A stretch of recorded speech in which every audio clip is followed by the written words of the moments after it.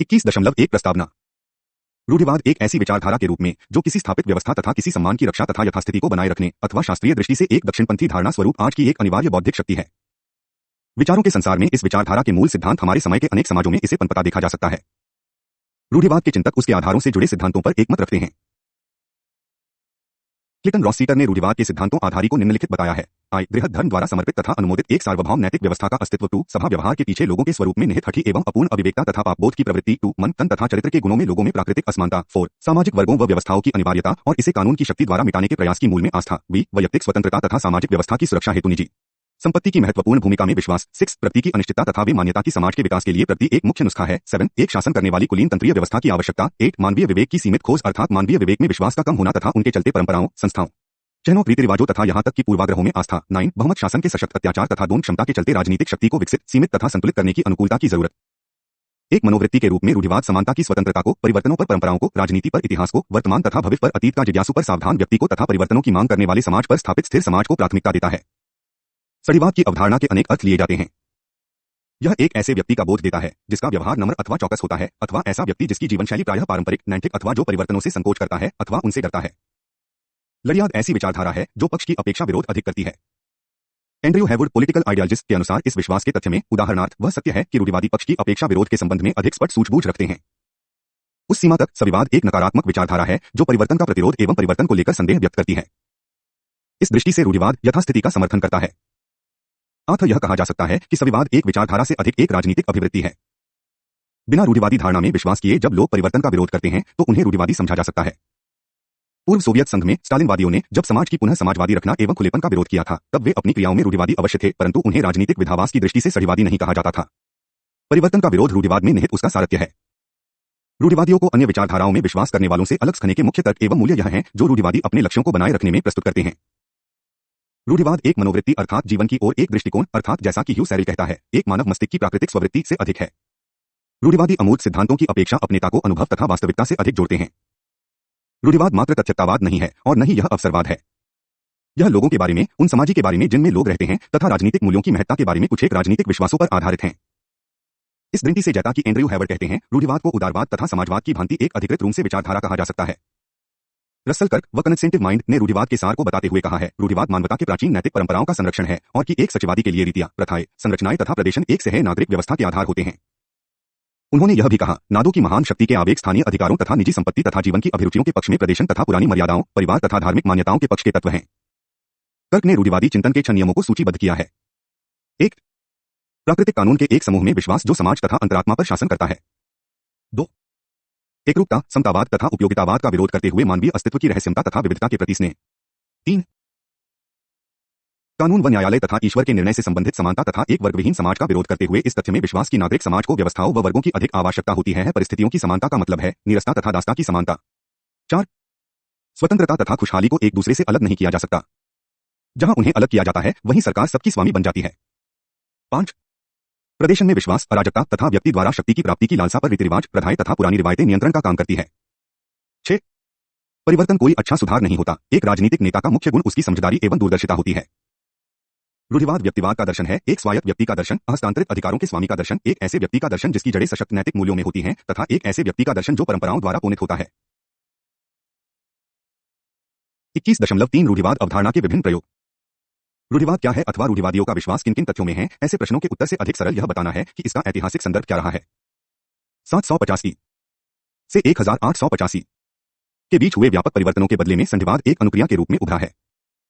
कभी कभी रूढ़िवाद का अर्थ सभी तथा प्रत्येक प्रकार के परिवर्तन के विरुद्ध एक विरोध के रूप में लिया जाता है। कभी इसका अर्थ किसी पहले के समय में बने समाज के पुनर्निर्माण हेतु लिया जाता है, जबकि कोई अन्य विचारक रूढ़िवाद को प्रारंभिक रूप से एक राजनीतिक प्रतिक्रिया तथा द्वितीयक विचारों के एक समूह के रूप में देखता है। क्लिंटन रॉससीटर के अनुसार सविवाद एक ऐसा शब्द है जिसकी उपयोगिता मात्र उसकी प्रत्याख्यान, विरूपण तथा प्रकोपन से ही जोड़ी जा सकती है। यह आगे लिखता है, क्योंकि जिन विचारों व क्रियाओं का रूढ़िवाद बोध देता है वे वास्तविक तथा स्थायी होते हैं और क्योंकि इसके विकल्प को सामान्यतया स्वीकार नहीं किया जाता, इसलिए सविवाद की लंबी आयु पर किसी को कोई संदेह नहीं है। द्वितीय विश्व युद्ध के समय से रूढ़िवाद का उपयोग अनेक अर्थों में किया जाता है। 3.1 स्वभावगत रूढ़िवाद। एक परिभाषा के अनुरूप रूढ़िवाद एक विधिवत जीवन तथा कार्य संचालन शैली के विरुद्ध परिवर्तनों को रोकने हेतु एक प्राकृतिक एवं सुसांस्कृतिक प्रवृत्ति है। रॉससीटर के अनुसार रूढ़िवाद प्रभावी रूप से एक स्वभावगत एवं मनोवैज्ञानिक अवस्थिति है। विषमताओं का एक समूह जो सभी समाजों में अधिकांश लोगों द्वारा प्रदर्शित किया जाता है।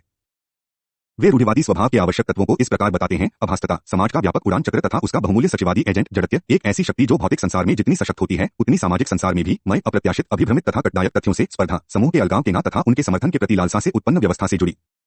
हम निर्धन, वृद्ध तथा अनभिज्ञ के रूढ़िवाद के विनय में थोड़ा बहुत कह सुन सकते हैं। रॉसीटर कहता है, इसके साथ साथ सामाजिक अस्तित्व के पैटर्न तथा सामाजिक प्राप्ति के संदर्भ में सढ़िवादी स्वभाव को उच्च मूल्य प्रदान किए जाने चाहिए। 3.2 स्थितिगत रूढ़िवाद। एक दूसरी परिभाषा के अनुरूप रूढ़िवाद पहली परिभाषा से संबंधित एक ऐसी अभिरुचि है जो सामाजिक, आर्थिक, कानूनी, धार्मिक, राजनीतिक अथवा सांस्कृतिक व्यवस्था में विध्वंसीय परिवर्तनों का विरोध है। रॉसीटर स्पष्ट करते हुए कहता है कि सड़ियाद थोड़ा बहुत सादे रूप से परंतु उनके साथ साथ प्रभावी रूप से सामाजिक व्यवहार की एक शैली है, सिद्धांतों तथा पूर्वाग्रहों का एक समूह है जो तभी विकसित समाजों में अधिकांश लोगों द्वारा प्रतिदिन प्रदर्शित होता रहता है। इस संविवाद का प्रभेदक लक्षण परिवर्तन का भय है जो राजनीतिक क्षेत्र में परिवर्तित हो जाता है और जैसे कि रॉसीटर कहता है, आमूलवाद के भय में परिवर्तित हो जाता है। यह आमूलवाद विप्लववाद उन लोगों से संबंधित है जो पुराने मूल्यों, संस्थाओं तथा जीवन स्तर की शैलियों को नटकर नए विश्व व्यवस्था की रचना का सुझाव देते हैं। स्थितिगत सचवाद मात्र तंत्रात व्यक्तियों तक ही सीमित नहीं है। इसका विस्तार उन सभी लोगों तक है जो यथास्थिति में परिवर्तन पर खेद व्यक्त करते हैं। यह दुर्भाग्य है कि स्वभावगत रूढ़िवाद तथा स्थितिगत रूढ़िवाद दोनों को सत्तावाद, अंधकारवाद, नस्लवाद, फांसीवाद, अलगाववाद, असमंजन तथा बंद व्यवस्था आदि से जोड़ा जाता है। रूढ़िवाद को इनमें से किसी के साथ जोड़ने से पहले अध्ययन व शोध की आवश्यकता है। 3.3 राजनीतिक रूढ़िवाद। एक अन्य परिभाषा के अनुरूप सड़ियाद उन राजनीतिक दलों तथा आंदोलनों की आकांक्षाएं तथा क्रियाएं जो अधिकांशतः सृजनात्मक की अपेक्षा प्रतिरक्षात्मक हैं, जो विरासत में प्राप्त नैतिकता के पैटर्न तथा सिद्ध संस्थाओं को मान्यता देते हैं। यह दल तथा आंदोलन की नम्र वामपंथियों के सुधारात्मक योजनाओं तथा उग्र वामपंथियों की परियोजनाओं का विरोध करते हैं। राजनीतिक रूढ़िवाद एक ऐसा तथ्य है जो संगठित समाज को सार्वभौम तथा तत्कालीन स्थापित समाज को अनिवार्यतः सुरक्षित मान्यता प्रदान करता है। प्रतिक्रिया रूढ़िवाद नहीं है। यह उन लोगों की स्थिति है जो भविष्य की अपेक्षा अतीत की अत्यधिक प्रशंसा करते हैं तथा जो यह महसूस करते हैं कि अतीत में वापसी प्रयास योग्य है। दिवादी व्यक्ति अनिवार्यतः विश्राम की स्थिति में होता है। सामान्यतया ऐसा व्यक्ति उस संसार के प्रति जिसे उन्होंने नहीं बनाया होता, मानसिक, मनोवैज्ञानिक एवं व्यवहारिक रूप से सामंजस्य की स्थिति में होता है। प्रतिक्रियावादी सदैव व्यक्ति की अवस्था में होता है तथा जैसा कि रॉसीटर कहते हैं, ऐसा व्यक्ति उस स्थिति को स्वीकार करने से इनकार करता है कि जो स्थापित हो चुका है वे सदैव अचदा तथा सहनीय होता है। ऐसा व्यक्ति कुछ कुरेदना चाहता है, कुछ संस्थाओं को क्षतिग्रस्त करना चाहता है, अपने राटू के संविधान में संशोधन तक करना चाहता है। यह सामाजिक प्रक्रिया को उस समय तक वापस ले जाना चाहता है जब उनके देशवासियों ने मूर्खता के कारण गलत मार्ग अपना लिया था। यह नहीं समझा जाना चाहिए कि पुनर्संस्थापक सदैव सत्यवादी होता है, यद्यपि दोनों में बहुत कुछ एक समान जाता है।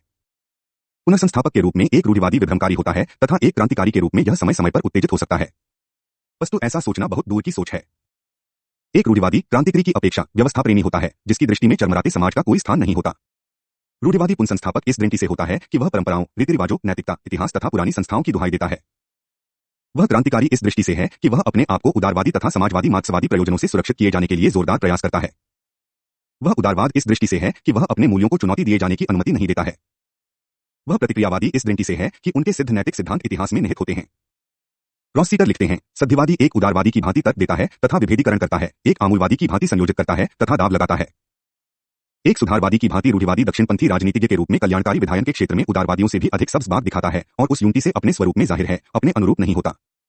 रूढ़िवादी परंपरावादी रहते हुए टूटे समुदाय की संस्थाओं तथा मूल्यों को विक्षेपकारी उत्साह से बनाए रखने का प्रयास करता है तथा इन सभी रूपों में वे कुछ भी बन पाता हो, रूढ़िवादी नहीं रह पाता है। 21.4 रूढ़िवाद उसकी विषमताएं।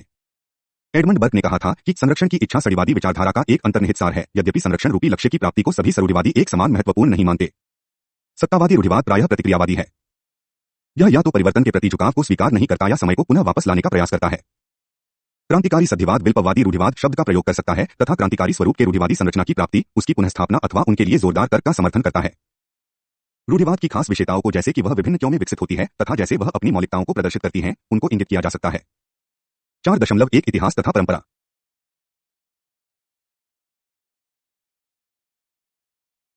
4.1 इतिहास तथा परंपरा।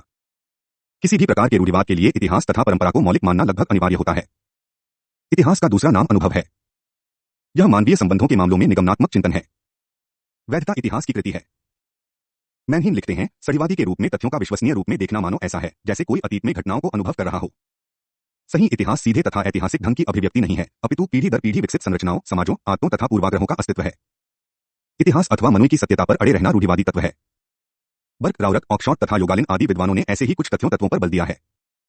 सामाजिक वास्तविकता को एक ऐतिहासिक दृष्टिकोण से ही समझा जा सकता है।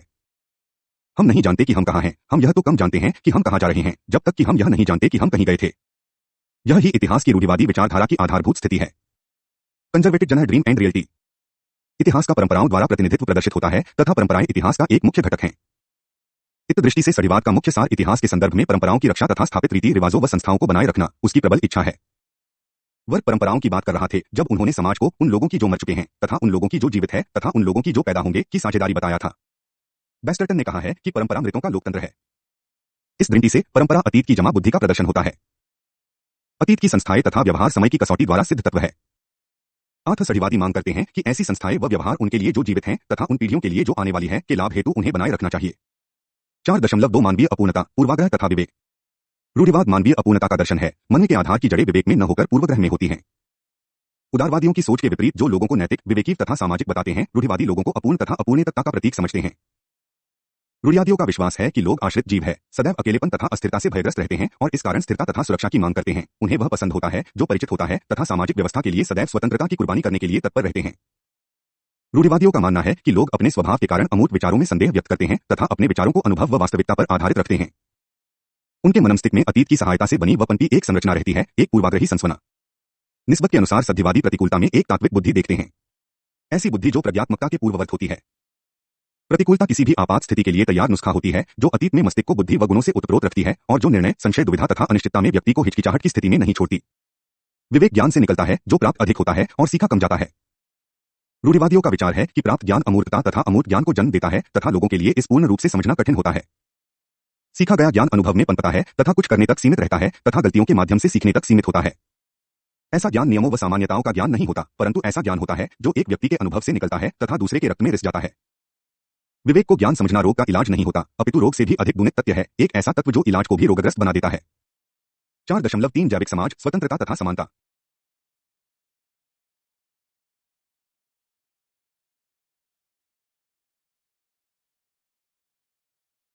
4.3 जैविक समाज, स्वतंत्रता तथा समानता। रूढ़िवादियों के लिए समाज का स्वरूप जैविक है। व्यक्ति समाज से बाहर नहीं रह सकते, समाज के बिना व्यक्तियों का कोई वजूद नहीं होता, वे समाज के अंदर उनके अटूट अंग होते हैं तथा समाज से जुड़े रहते हैं। व्यक्ति सामाजिक समूहों के अंग होते हैं और यह सामाजिक समूह व्यक्तियों को न केवल सुरक्षा देते हैं अपितु उन्हें एक अस्तित्व भी प्रदान करते हैं। स्वतंत्रता के विनय में रूढ़िवादियों की धारणा यह है कि स्वतंत्रता का अर्थ व्यक्ति को उनके हाल पर अकेले छोड़ना नहीं होता, अपितु इसका अर्थ उसे उनके सामाजिक दायित्वों व बंधनों के साथ जोड़ना होता है। रूढ़िवादियों के लिए स्वतंत्रता का अर्थ प्रारंभिक रूप में लोगों को उनके कर्तव्यों का पालन कराना होता है। उदाहरणार्थ माता पिता अपने बच्चों को एक विशेष रूप से कार्य करने अथवा बर्ताव करने के लिए कहते हैं तो वह उनकी स्वतंत्रता को किसी भी रूप से कम नहीं करते। ऐसा करके माता पिता बच्चों की स्वतंत्रता को एक आधार, एक निर्देश तथा एक दिशा प्रदान करते हैं ताकि जब वे बड़े हों तो वे स्वतंत्रताओं का सही आनंद ले सकें। सड़ीवादियों की स्वतंत्रता की अवधारणा न तो सारहीन है और न ही आधारहीन, वस्तुतः रूढ़िवादी ऐसा ही सोचते हैं। यह कर्तव्यों के पालन के साथ साथ अधिकारों के आनंद लेने का नाम है। समाज के विनय में सत्यवादियों की सोच यह है कि समाज अपने आप में एक जीव है, एक ऐसी जैविक संस्था जिसके सदस्य न तो एक समान है और न ही एक जैसे हैं। वे एक जैसा काम भी नहीं करते, परंतु इसके बावजूद वह समाज रूपी मानवीय शरीर को प्रभावपूर्ण रूप से काम करने में योगदान देते हैं।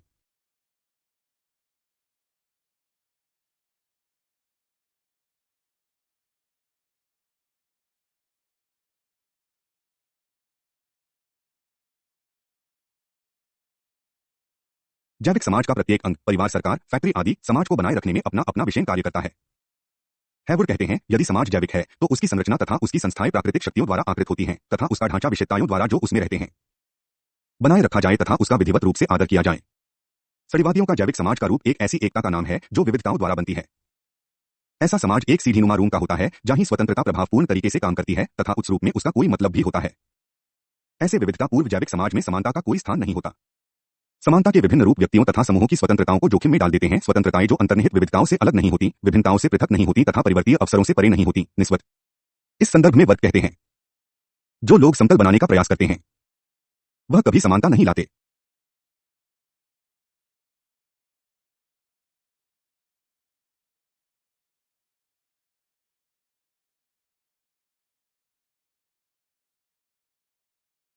चार दशमलव चार सत्ता तथा शक्ति।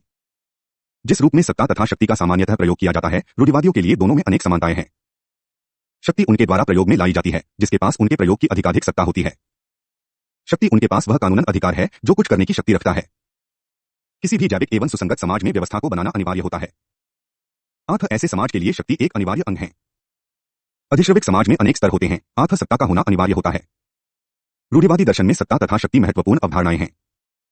स्वतंत्रता के लिए सत्ता व शक्ति कोई बाधा नहीं होते, कम से कम रूढ़िवादी तो ऐसा सोचते हैं। वर्क ने कहा है, मेरे लिए स्वतंत्रता केवल वह स्वतंत्रता होती है जो व्यवस्था के साथ जुड़ी होती है, जिसका अस्तित्व केवल व्यवस्था तथा क्षमता से संबंधित होता है और जो इसके बिना हो ही नहीं सकती। रूढ़िवादियों का विश्वास है कि समाज की भांति सत्ता का भी प्राकृतिक रूप से विकास होता है, सत्ता कार्यों से उमसती है। उनका कहना है कि सत्ता तथा शक्ति प्राकृतिक समाज से विकसित होते हैं। यह प्राकृतिक इसलिए होते हैं कि यह समाज व दूसरी सामाजिक संस्थाओं के स्वरूप में बद्धमूल होते हैं। स्कूल परिसर में सत्ता तथा शक्ति अध्यापक द्वारा प्रयोग की जानी चाहिए, काम के स्थान पर काम के स्वामी द्वारा तथा समाज में सरकार द्वारा शक्ति सत्ता का प्रयोग किया जाना चाहिए। सड़ीवादी कहते हैं कि सत्ता का होना इसलिए जरूरी है क्योंकि यह उपयोग होती है। इससे लोगों को निर्देशन, समर्थन तथा सुरक्षा प्राप्त होती है तथा लोग जानते हैं कि वे कहाँ हैं तथा उनसे क्या अपेक्षित किया जा रहा है। यही कारण है कि सभी रूढ़िवादी नेतृत्व तथा अनुशासन पर बल देते हैं। हैवुड कहते हैं, नेतृत्व किसी भी समाज में एक मुख्य संघटक है क्योंकि इसमें निर्देशन देने तथा दूसरों को उत्साहित करने की क्षमता होती है। अनुशासन सत्ता के लिए स्वास्थ्यवर्धक तथा ऐच्छिक सम्मान होता है। कोई भी रूढ़िवादी समानता में विश्वास नहीं रखता, सामाजिक समानता में तो बिल्कुल भी नहीं। वे कहते हैं कि लोग असमान इस दृष्टि से पैदा होते हैं कि उनकी क्षमताओं तथा निपुणताओं में प्राकृतिक रूप में विभाजन बना रहता है। असमानों के लिए व्यवहार समान नहीं होना चाहिए। रूढ़िवादियों की मान्यता है कि असमानता अपेक्षाकृत अधिक गहरे रूप से जड़ तक फैली होती है।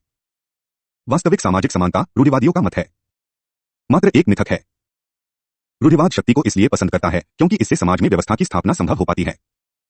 वह सत्ता को इसलिए सम्मान देता है कि इससे समाज में व्यवस्था पनपती रहती है। रूढ़िवादी एक सत्तावादी तथा सर्वशक्तिमान राज्य का पक्ष लेते हैं। सार्वजनिक व्यवस्था तथा समाज का नैतिक दांबा राज्य की शक्ति तथा सत्ता द्वारा ही कायम किया जा सकता है।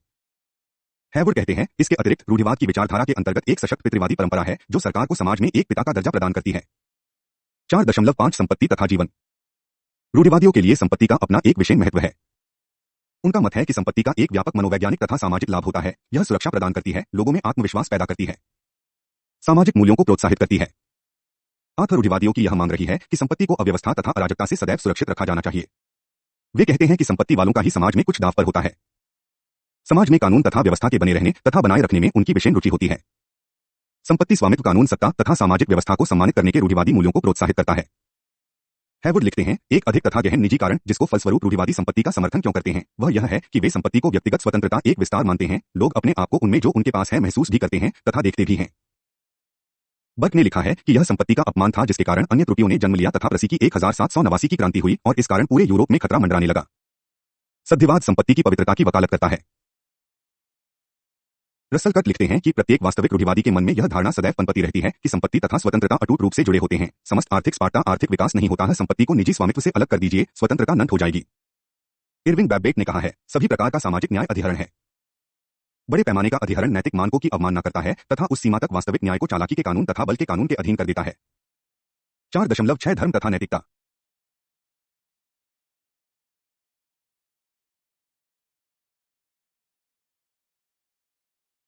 4.6 धर्म तथा नैतिकता। प्रमुख विचारधाराओं में रूढ़िवाद इस दूंती से विचित्र है कि यह धर्म तथा नैतिकता पर अधिक बल देती है। अपने नामकरण के भेद विभेद के बावजूद सभी रूढ़िवादियों जैसे हेगल, हेलर तथा कोलारिज आदि ने धर्म तथा नैतिकता को राज्य तथा समाज का मूल सिद्धांत बताया। धर्म तथा नैतिकता के लिए सड़ीवादी समर्थन का मुख्य आधार इस विश्वास के साथ जुड़ा हुआ है कि जनमानस जब रूढ़िवादिता से दूर हो जाता है तो वह पागलपन से ग्रस्त तथा संतुलन को खो बैठता है। वर्क ने अपने पुत्र को लिखा था, धर्म एक अबोध्य तथा विपरीत संसार से हटते हुए लोगों को एक दूसरे से बांधता है। साकविल ने अपनी मृत्यु के समय माना था कि सरकार, समाज तथा स्वतंत्रता के लिए धर्म तथा नैतिकता का क्या मूल्य होता है। धर्म और विशेष रूप से राजनीति में जब धर्म के सिद्धांत व नियम नहीं होते, लोग बेलगाम स्वतंत्रता के प्रकोप से भयभीत हो जाते हैं। मेरे लिए यह एक संदेह का तथ्य है कि क्या व्यक्ति संपूर्ण धार्मिक स्वतंत्रता तथा समस्त राजनीतिक स्वतंत्रता का एक साथ एक समय समर्थन कर सकते हैं। मैं यह सोचने के लिए विचार अवश्य कर सकता हूं कि यदि व्यक्ति में विश्वास की कमी है तो उसे परतंत्र के रूप में रहना चाहिए और यदि वह स्वतंत्र है तो उसे विश्वास करना चाहिए। धर्म एक आध्यात्मिक तत्व है, परंतु साथ ही वह एक अनिवार्य सामाजिक सीमेंट भी है। रूढ़िवादियों के लिए धर्म तथा रूढ़िवाद में एक धनिक संबंध है। धर्म समाज को एक नैतिक आधार ढांचा प्रदान करता है। 21.5 कुछ एक प्रतिनिधिक रूढ़िवादी।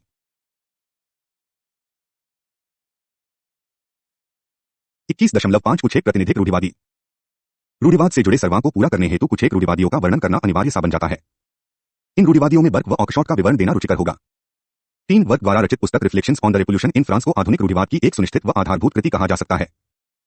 इस रचना में वर्क ने विप्लवकारी सुधारों को अमूर्त सिद्धांतों पर आधारित होने के कारण विरोध किया था तथा स्थापित एवं विकसित संस्थाओं के बने रहने का एक सुदृढ़ तर्क प्रस्तुत किया था। अतीत में आस्था, वर्तमान की प्रशंसा, नवप्रणाली का विरोध, मानव स्वभाव का गौण स्वरूप, समाज के परंपरावादी युक्तिकोण में विश्वास, संपत्ति वालों के लिए सहानुभूति आदि ऐसे तथ्य हैं जो बर्क को एक रूढ़िवादी विचारक बनाते हैं। कुंबान पुस्तक का नाम एडमंड बकी ने कहा है। लॉक तथा विग राजनीतिज्ञों का शिव होने के बावजूद वर्क 18वीं शताब्दी के विचारकों से पूर्णतः अलग विचारक था। उस युग में जबकि आधुनिकता की प्राचीनता पर विजय हो चुकी थी, वर्क अतीत का पुजारी ही बना रहा। विवेक के इस महान युग में वर्क अविवेकता का दार्शनिक था। वर्क का रूढ़िवाद उसकी सभी रचनाओं व लेखों में प्रदर्शित होता है। एक सिद्धांत के रूप में रूढ़िवाद के 3 वैविध्य होते हैं। यथास्थिति यह वह रूप है जिसके अंतर्गत जो तत्व जैसे हैं वैसा ही बने रहते हैं। हर समाज में ऐसे लोग होते हैं जो तथ्यों वस्तुओं को अपनी पहले जैसी स्थिति में बने रहने पर जोर देते हैं तथा किसी भी प्रकार के परिवर्तनों का समर्थन नहीं करते। यथास्थिति के समर्थक होते हैं। यथास्थिति में उन्हें कुछ खोना नहीं पड़ता। संगठनात्मक सड़ीवाद वे लोग जो वे अपने हितों की सुरक्षा, प्रोत्साहन तथा प्रतीक्षा हेतु विभिन्न तरीकों व साधनों को तलाशते हैं। इस प्रकार संगठनों के महत्व को समझा जा सकता है। इन संगठनों के माध्यम से हितों का संरक्षण होता है तथा यथास्थिति को बनाए रखने के प्रयास किए जाते हैं। जो संगठनात्मक होता है वह अपने स्वरूप में रूढ़िवादी होता है। जाने वाले कल वो विचार आज के आंदोलन का रूप धारण कर लेते हैं तथा आज का आंदोलन आने वाले कल का संगठन बन जाता है। दार्शनिक सविवाद एक बार जब यथास्थिति में रुचि का संस्थापन हो जाता है तथा उस कारण संगठन को बनाना आवश्यक हो जाता है, तब उनके अनुरूप विधावास भी बन जाती है। एक ऐसी विचारधारा जो यथास्थिति रूपी हित के चारों ओर बनी रहती है, उसकी रक्षा हेतु तर्क प्रस्तुत करती है। एक विचारधारा के रूप में रूढ़िवाद यथास्थिति रूपी हितों की सुरक्षा तथा उनको प्रोत्साहन देने का तर्क प्रस्तुत करता है। अपनी रचनाओं में बर्फ उपर्युक्त तीनों वैविध्यों से गुजारे हैं। यथास्थिति के समर्थक के रूप में बर्फ संसदीय प्रणाली, राष्ट्रीय हितों से उत्प्रोत राजनीतिक दलों रूपी संगठनों के निर्माण पर जोर देता है। अपने रूढ़िवाद रूपी दायरे में बर्फ सुधारवाद की बात करता है। वर्ग के आते आते इंग्लैंड की व्हिग पार्टी आक्रमणकारी स्थिति में थी, परंतु उनके रहते व्हिग पार्टी की सामाजिक विचारधारा में आक्रमण से हटकर बचाव के तत्व की ओर बदलाव आने लगा। टू ऑक्सशॉट द्वारा परंपरावाद के लिए तर्क राजनीति, नैतिकता तथा जीवन के क्षेत्र में सचवादिता के एक रूम में उनके द्वारा विवेकवाद की समीक्षा के फलस्वरूप उभरा है। ऑक्सशॉट के अनुसार राजनीति में वैचारिक शैली, दूसरे शब्दों में विवेकीय शैली, एक संभ्रम शैली है। उनका मत है कि विवेकीय परियोजना में विचारधारा मात्र एक संक्षिप्त है, मात्र एक अनुक्रमिका है। आर्थ ऑक्सशॉट का मत है कि यदि कोई शैली है अथवा किसी शैली को अपनाना है तो वह केवल परंपरावादी शैली है।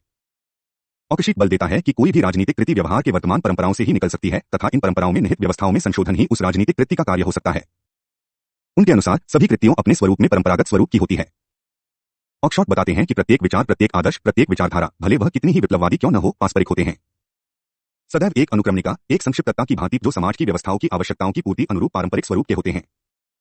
ऑक्सशीट के तर्क को अभिव्यक्त करते हुए मीनो कहते हैं, राजनीतिक गतिविधि कोई आवेग नहीं है और न ही यह किसी अंतर्निहित विचार का निर्माण है।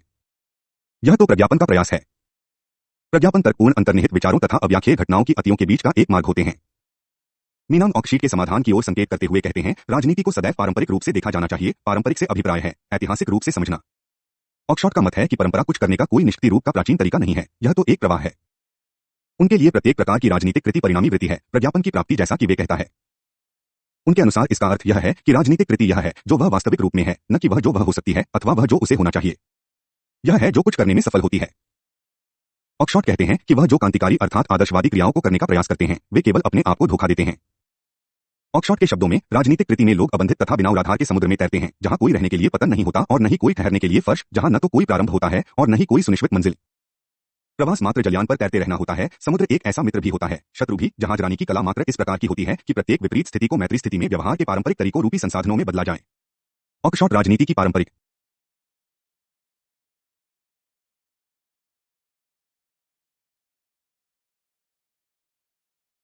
एक विचारधारा के रूप में रूढ़िवाद यथास्थिति रूपी हितों की सुरक्षा तथा उनको प्रोत्साहन देने का तर्क प्रस्तुत करता है। अपनी रचनाओं में बर्फ उपर्युक्त तीनों वैविध्यों से गुजारे हैं। यथास्थिति के समर्थक के रूप में बर्फ संसदीय प्रणाली, राष्ट्रीय हितों से उत्प्रोत राजनीतिक दलों रूपी संगठनों के निर्माण पर जोर देता है। अपने रूढ़िवाद रूपी दायरे में बर्फ सुधारवाद की बात करता है।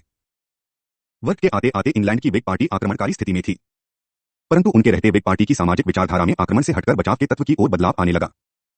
टू ऑक्सशॉट द्वारा परंपरावाद के लिए तर्क राजनीति, नैतिकता तथा जीवन के क्षेत्र में सचवादिता के एक रूम में उनके द्वारा विवेकवाद की समीक्षा के फलस्वरूप उभरा है। ऑक्सशॉट के अनुसार राजनीति में वैचारिक शैली, दूसरे शब्दों में विवेकीय शैली, एक संभ्रम शैली है। उनका मत है कि विवेकीय परियोजना में विचारधारा मात्र एक संक्षिप्त है, मात्र एक अनुक्रमिका है। आर्थ ऑक्सशॉट का मत है कि यदि कोई शैली है अथवा किसी शैली को अपनाना है तो वह केवल परंपरावादी शैली है। ऑक्सशीट बल देता है कि कोई भी राजनीतिक कृति व्यवहार के वर्तमान परंपराओं से ही निकल सकती है तथा इन परंपराओं में निहित व्यवस्थाओं में संशोधन ही उस राजनीतिक कृति का कार्य हो सकता है। उनके अनुसार सभी कृतियों अपने स्वरूप में परंपरागत स्वरूप की होती है। ऑक्सशॉट बताते हैं कि प्रत्येक विचार, प्रत्येक आदर्श, प्रत्येक विचारधारा, भले वह कितनी ही विप्लववादी क्यों न हो, पारस्परिक होते हैं। सदैव एक अनुक्रमणिका, एक संक्षिप्तता की भांति जो समाज की व्यवस्थाओं की आवश्यकताओं की पूर्ति अनुरूप पारंपरिक स्वरूप के होते हैं। ऑक्सशीट के तर्क को अभिव्यक्त करते हुए मीनो कहते हैं, राजनीतिक गतिविधि कोई आवेग नहीं है और न ही यह किसी अंतर्निहित विचार का निर्माण है। यह तो प्रज्ञापन का प्रयास है। प्रज्ञापन तर्कपूर्ण अंतर्निहित विचारों तथा अव्याख्येय घटनाओं की अतियों के बीच का एक मार्ग होते हैं। मीनन ऑक्सशीट के समाधान की ओर संकेत करते हुए कहते हैं, राजनीति को सदैव पारंपरिक रूप से देखा जाना चाहिए। पारंपरिक से अभिप्राय है ऐतिहासिक रूप से समझना। ऑक्सशॉट का मत है कि परंपरा कुछ करने का कोई निश्चित रूप का प्राचीन तरीका नहीं है, यह तो एक प्रवाह है। उनके लिए प्रत्येक प्रकार की राजनीतिक कृति परिणामी वृत्ति है, प्रज्ञापन की प्राप्ति, जैसा कि वे कहता है। उनके अनुसार इसका अर्थ यह है कि राजनीतिक कृति यह है जो वह वास्तविक रूप में है, न कि वह जो वह हो सकती है अथवा वह जो उसे होना चाहिए। यह है जो कुछ करने में सफल होती है। ऑक्सशॉट कहते हैं कि वह जो क्रांतिकारी अर्थात आदर्शवादी क्रियाओं को करने का प्रयास करते हैं वे केवल अपने आप को धोखा देते हैं। ऑक्सशॉट के शब्दों में राजनीतिक कृति में लोग अबंधित तथा बिना उड़ाधार के समुद्र में तैरते हैं, जहां कोई रहने के लिए पतन नहीं होता और न ही कोई ठहरने के लिए फर्श, जहां न तो कोई प्रारंभ होता है और न ही कोई सुनिश्चित मंजिल। प्रवास मात्र जलयान पर तैरते रहना होता है। समुद्र एक ऐसा मित्र भी होता है, शत्रु भी। जहाजरानी की कला मात्र इस प्रकार की होती है कि प्रत्येक विपरीत स्थिति को मैत्री स्थिति में व्यवहार के पारंपरिक तरीकों रूपी संसाधनों में बदला जाए। ऑक्सशॉट राजनीति की पारंपरिक शैली को ही केवल कानूनपूर्ण शैली मानते हैं। अपने निबंध ऑन बीइंग कंजर्वेटिव में वह इस तथ्य पर बल देते हैं कि सरुद्धिवादी होने का अर्थ है अनजान की अपेक्षा परिचित को, अपस्थ की अपेक्षा परखयुक्त को, मिथक की अपेक्षा तथ्य को, संभावित की अपेक्षा वास्तविक को, दूर की अपेक्षा निकटतम को, पूर्णता की अपेक्षा सुविधाजनक को, स्वप्न आदि आनंदमयता की अपेक्षा वर्तमान हंसी को प्राथमिकता देना है। रूढ़िवादी होने का मतलब है अपने भाग्य के अनुरूप रहना होता है, अपने साधनों के स्तर तक बने रहना होता है। ऑक्सशॉट कहते हैं कि स्थिरता सुधार की अपेक्षा सदैव लाभकारी होती है। वह परिवर्तन तथा नवप्रवर्तन को संदेह की दूंदी से देखते हैं। वे कहते हैं कि लोगों को परिवर्तनों के वायदों के दावों को पुनः परखना चाहिए। यदि परिवर्तन के बिना कोई दूसरा उपाय नहीं है तो ऑक्सशीट छोटे व धीमे धीमे परिवर्तनों का पक्ष लेते हैं। वे कहते हैं कि केवल उस सुधार को स्वीकारा जाए जो किसी त्रुटि का इलाज हो अथवा जो असंतुलन को दूर करता हो। बर्ग की नीति ऑक्सशॉट समाज को तर्क वितर्क न मानते हुए उसे एक वार्ता समझते हैं। मीनाद लिखते हैं, ऑक्सशॉट का यह विश्वास नहीं है कि वार्ता का अर्थ सत्य की तलाश है, यद्यपि कभी कभी निःसंदेह ऐसा भी होता है। वस्तुतः वार्ता का मुख्य मुद्रा यह है कि इसमें मुद्दा होता ही नहीं है। इसमें अनेक तथ्य वस्तुएं ऐसी आ जाएंगी जो विधान पालिका अथवा विद्यागोष्ठी अथवा वाद विवाद में अपने आप ही निकल जाएंगी अथवा असंगतिपूर्ण हो जाएंगी। ऑकॉट स्वयं कहते हैं, वार्ता में जैसा कि जुआ खेलने में होता है, महत्वपूर्ण बात यह नहीं है कि कौन जीत रहा है अथवा कौन हार रहा है, महत्वपूर्ण यह होता है कि बाजी लगाई जा रही। परंपरावाद में ऑक्सशॉट के अनुसार सब कुछ सम्मिलित है। जैसा कि वे कहते हैं, परंपरावाद निरंतरता है, यह स्थिरता है, यद्यपि यह गतिशील है, परंतु यह पूर्णतः संचलन की अवस्था में नहीं होती, यह कभी भी विश्राम की स्थिति में भी नहीं होती। ऑक्सशॉट कहते हैं कि परंपरावाद का सार जानने का मतलब कुछ भी न जानने के समान है। इसके ज्ञान का मतलब कुछ भी न जानने के समान है। इसके ज्ञान का मतलब है इसकी विस्तृत जानकारी। परंपरावाद की ऑक्सशॉट की परिभाषा अति विस्तृत परिभाषा है, जिसका मतलब कुछ भी हो सकता है तथा कुछ भी नहीं हो सकता।